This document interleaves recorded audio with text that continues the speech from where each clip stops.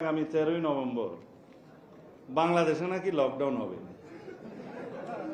তো কেন বলছে? বাংলাদেশে শেখ হাসিনার বিরুদ্ধে একটি রায় ঘোষণা হতে যাচ্ছে আন্তর্জাতিক অপরাধ ট্রাইব্যুনালের একটা মামলায়।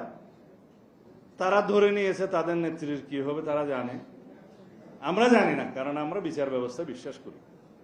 আদালত কি ঘোষণা করবেন, কি রায় দিবেন আমরা তো জানি না। আমরা চাই সবাই সুবিচার পাক। সেদিন নাকি লকডাউন হবে সারা বাংলাদেশ।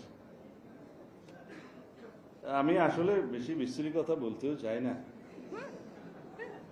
এখন বাংলাদেশের যারা রাজনীতিতে বিশ্বাস করে নাই কোনোদিন, বাংলাদেশের গণতান্ত্রিক ব্যবস্থায় যারা বিশ্বাস করে নাই কোনোদিন, ফেসিবাদী স্বৈরাচারী কায়দায় এই দেশে দীর্ঘ অপশাসন চালিয়েছে, তারা যাদের মাধ্যমে এই দেশকে করদ রাজ্য প্রতিষ্ঠা করতে চেয়েছিল, তা আল্লাহ রাব্বুল আলামিন তাদেরকে সেই দেশে আশ্রয় দিয়েছে।